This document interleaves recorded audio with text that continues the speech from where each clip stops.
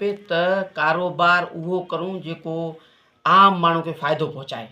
हिकिड़ो ॾिसो माण्हू जेकॾहिं शैम्पू ठाहिनि था, सर्फ ठाहिनि था, उन्हनि जूं बि कंपनियूं आहिनि त उहे केमिकल्स लॻाए ऐं उन में बेकार शयूं मिलाए उहे झाग पैदा कनि था त माना इन में घोघ थींदा शैम्पू मंझि या उन मंझि सर्फ मंझि हीउ कपिड़ो अछो थींदो इहा ख़बर न आहे त कपिड़ो अछो थींदो ठीकु आहे, कपिड़े खे तव्हां ॾेई सघो था, सर्फ हणी सघो था, हर शइ हणी सघो था, पर शैम्पू अहिड़ा ठाहिनि था जेके असांजे मन बदन जी, असांजे वारनि जी तबाही जो कारण बणिजनि था।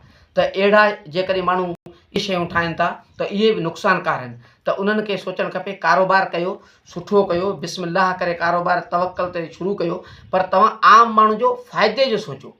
कारोबार भले कयो, लाज़मी न आहे त माना इहे शैम्पू जो कारोबार न कयो या खणे सर्फ जो कारोबार न करियो।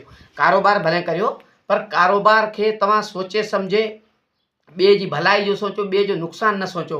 अगरि अव्हां शइ इहा ॾिसो, अव्हां शैम्पू ठाहो पिया त इहो शैम्पू जेको ठाहियो इहो तव्हां पंहिंजे घर में इस्तेमालु कंदा? त अहिड़ियुनि शयुनि जो सोचणु खपे माण्हू खे।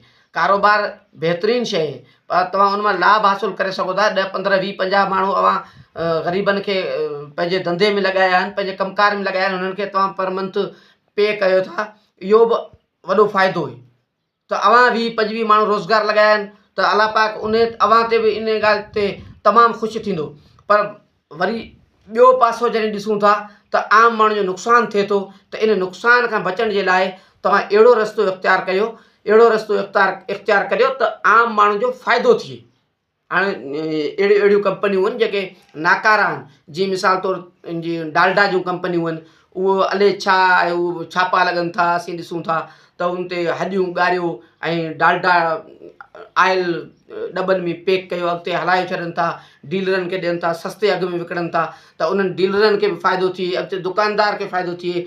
ऐं नेठि ग़लति जेका मिसाल तौरु ग़िज़ा खाइण सां नुक़सानु वरी आम माण्हू जो थिए, त इहे शयूं जेके आहिनि ख़ुदारा बंदि करियो। जेकॾहिं अव्हांखे कारोबार करिणो आहे, रोज़गार करिणो त ॿिया धंधा काफ़ी आहिनि।